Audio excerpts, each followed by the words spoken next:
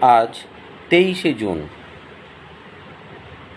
1757 সালে এই আজকের মতো 23শে জুন ভারতের ইতিহাসে ঘটে গিয়েছিল একটি গুরুত্বপূর্ণ ঘটনা। কি বলুন তো? হ্যাঁ, ঠিকই বলেছেন। আজ পলাশী রামবাগানে সিরাজের বিরুদ্ধে তারই সভাসদরা ইংরেজদের বিরুদ্ধে চক্রান্ত করে সিরাজকে পরাজিত করেছিল। পরাজিত কেন বলবো?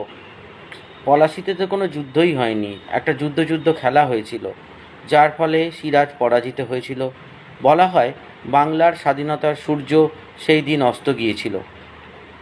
কিন্তু তারপর নদী দিয়ে অনেক জল বয়ে গেছে, ভারতের ইতিহাস অনেক পরিবর্তন হয়েছে। আজ হয়তো পলাশীর যুদ্ধ হচ্ছে না, আজ হয়তো মীর জাফর, মীর কাসিম, মীর মদনের মতো বিশ্বাসঘাতকরা আমাদের ক্ষমতা ছিনিয়ে নেবার জন্য এগিয়ে আসছে না। কিন্তু সত্যি কি তাই? একটু ভাবুন তো। আজও আমাদের চারপাশে অনেক এইভাবে জ্ঞাতি শত্রুরা ঘুরে বেড়ায়, তাদের বিরুদ্ধেও আমাদের লড়াই করতে হবে। পলাশীর যুদ্ধে যেমন সিরাজের পরাজয় ঘটেছিল, তাহলে আমরা কেউ চাইব না আমাদের জীবনে দুঃখ নেমে আসুক।